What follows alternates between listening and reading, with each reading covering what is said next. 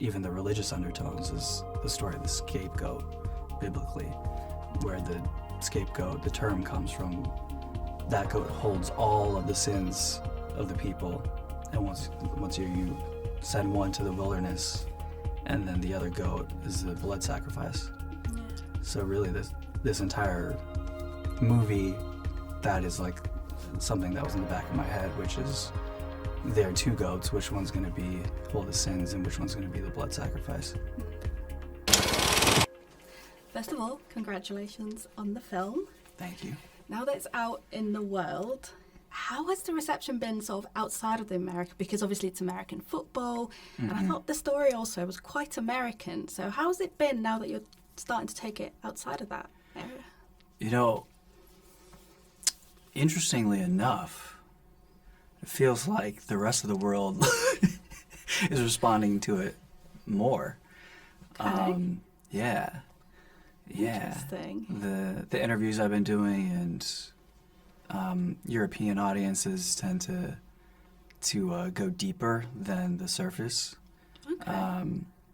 But so it seems as far as I know, it's doing great. Good. Where do you think that comes from in Europe then? Well, I think that we made a movie that is really specific about two American quarterbacks, and in specificity, I think universality is revealed. Like the more specific you get in someone's story, most times people can find ways in which they identify with it, because fundamentally it is really about the pursuit of greatness and what it takes to get there. And I found that people, whether they're in the entertainment industry or writers or musicians, or you're selling shaved ice, but you love to do it, it's that pursuit.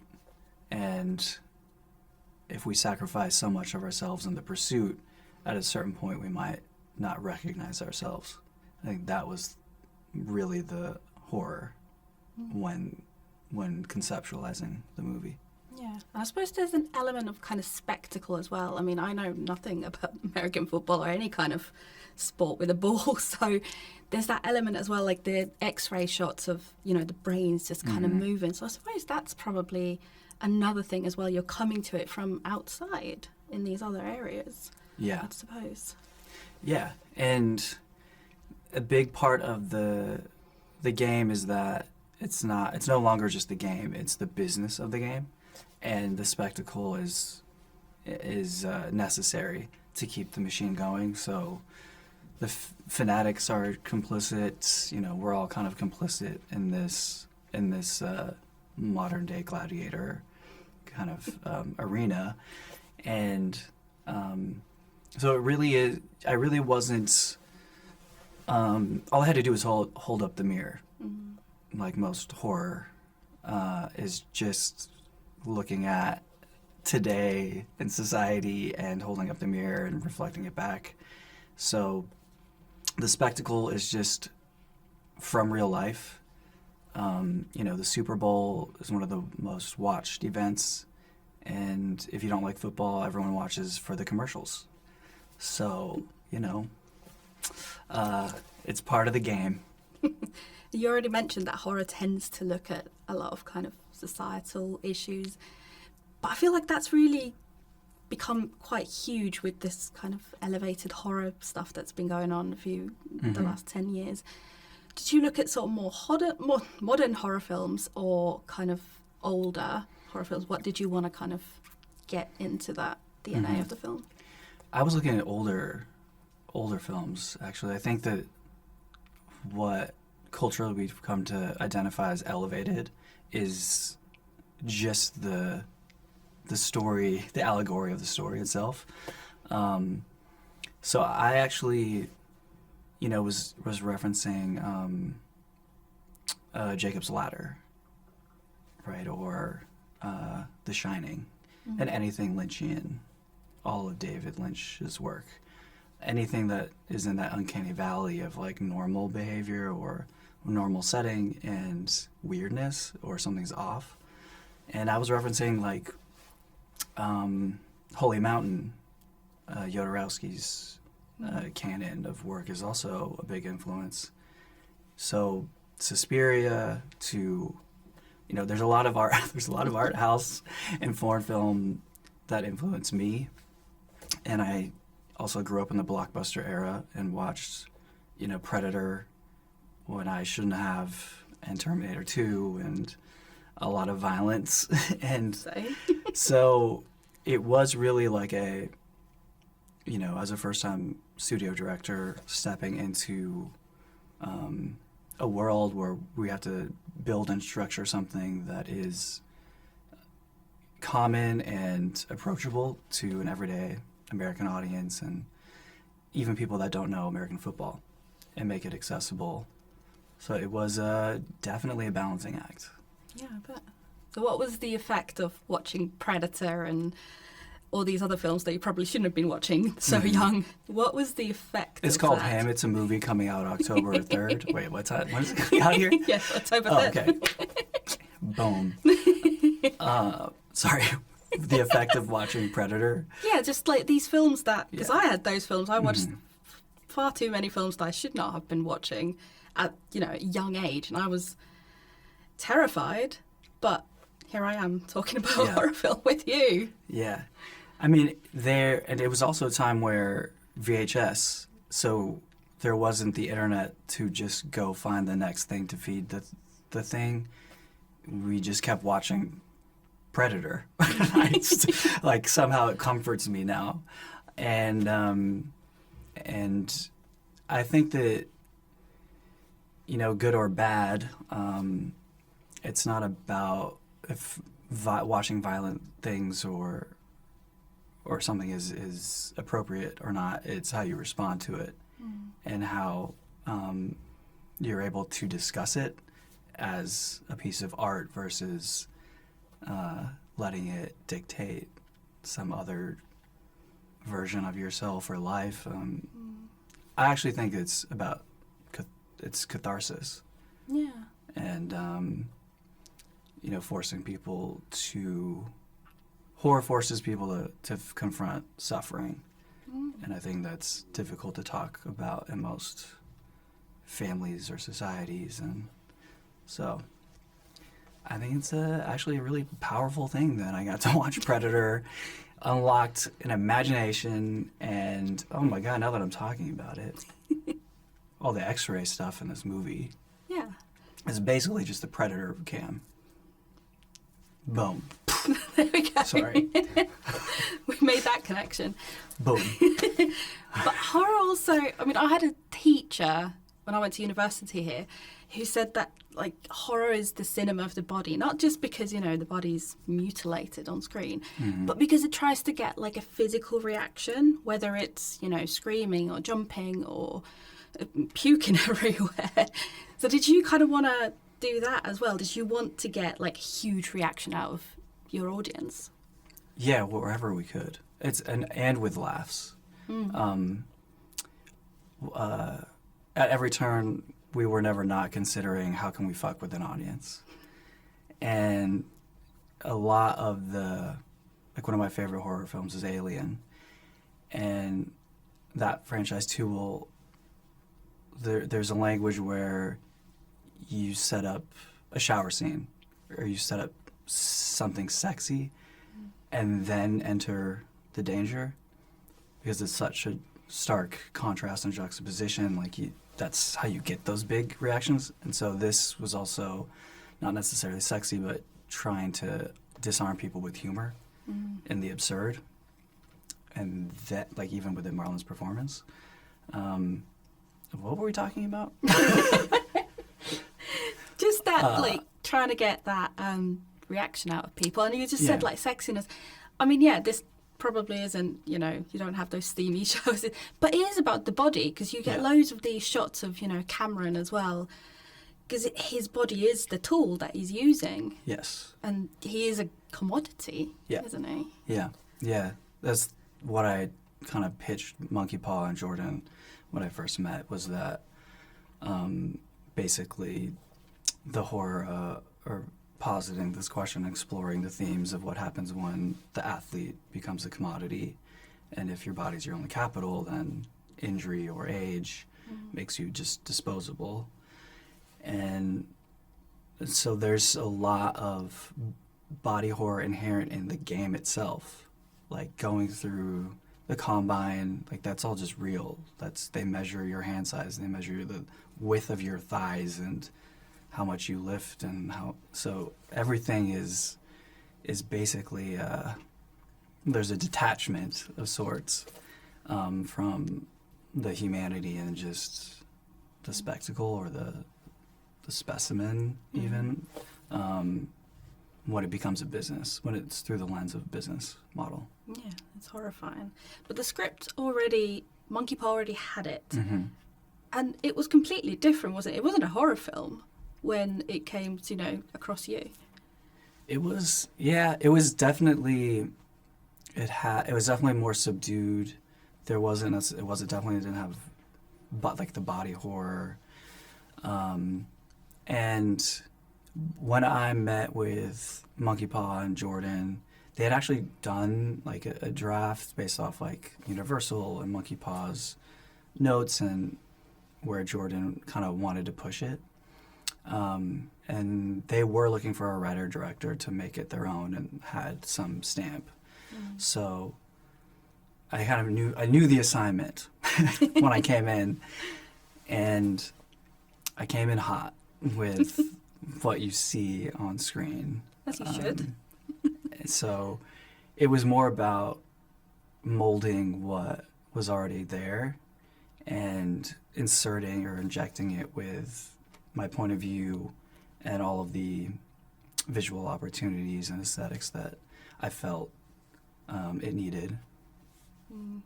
So you read the script. What was the thing that you kind of latched onto and thought, okay, this is where I want to push it versus, oh, this doesn't quite work for what I want to do with it? Where do we see it, like in the film maybe? I think a big part is the characterizations of the two quarterbacks, especially the dynamic they have. Like Marlon's performance definitely comes from, I wanted to push it to an extreme. And, sports, the saying is sports is theater with real consequence. And I wanted that agony of defeat and, ecstasy of victory to come through even in moments we're not playing. So I think that never knowing what Marlon's character is thinking at any time, being sinister and funny, being melancholic and also terrifying, and basically the entire gamut there, I think is something that really I wanted to add to I guess, expand on what was inherent, which is that it's about two hyper-masculine bros and they're hanging out for the whole movie, and wanted to explore their relationship on a deeper level. And you already mentioned Marlon. Was he the first one you thought of for the role of Isaiah? He was. I assume you've seen Requiem for a Dream. I have. And oh my gosh, I must have started quoting it, but I don't think Go on.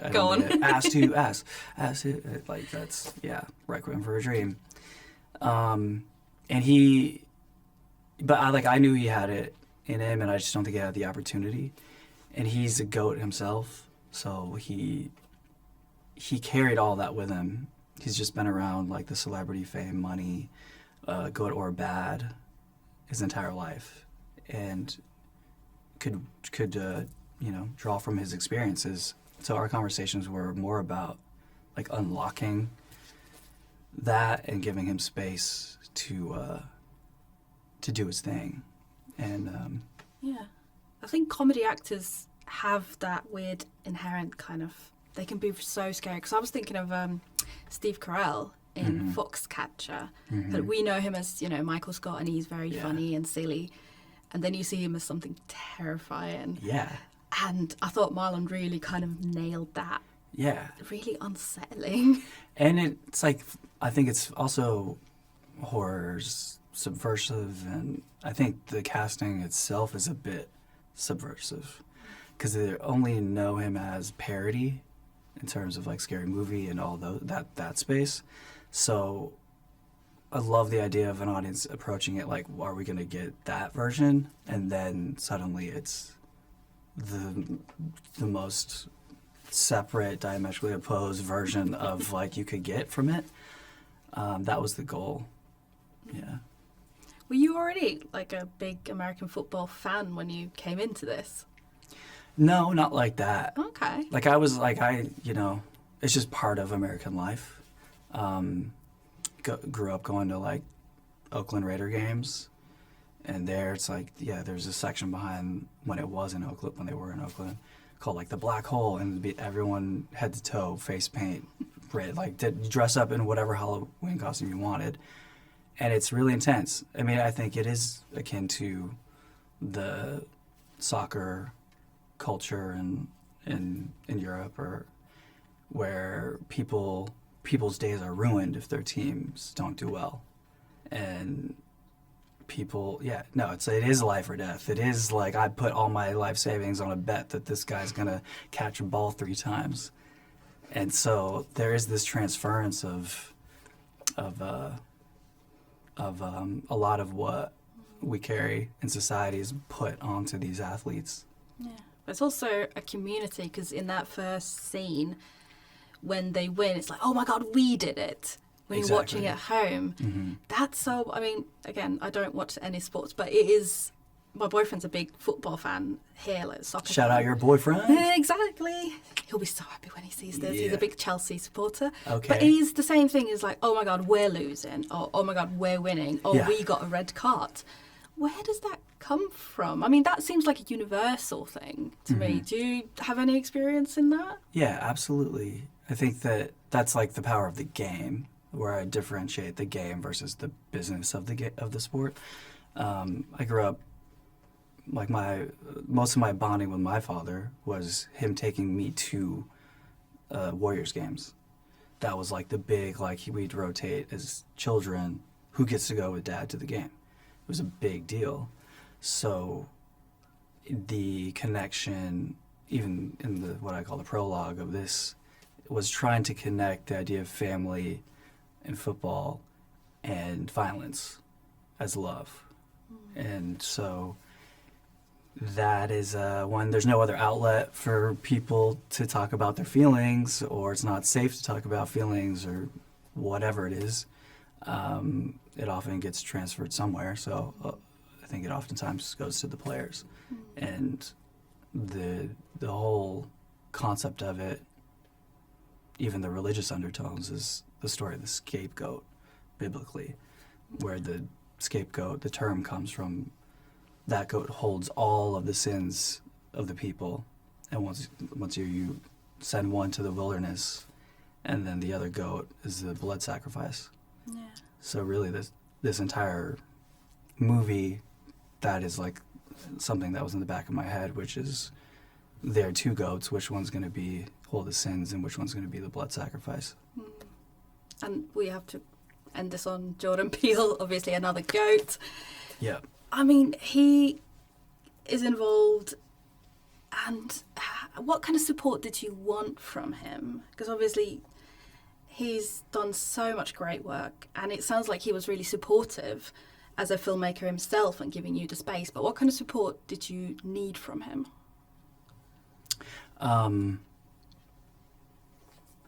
I mean, for sure, just not even about the genre-specific things. Could be surgically, informed, or like beat by beat in terms of the story unfolding and mythology. He's very present, and is in the Monkey Paw universe. So you had to, just like Cameron Cade had to have that cosign, baby.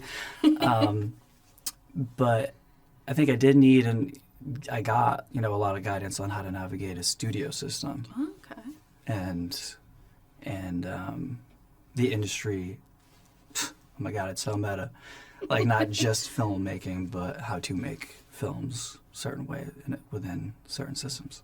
Amazing. I think that's all the time I've got. Thank you so much for your time, and again, congratulations on the film. Thank you. Perfect.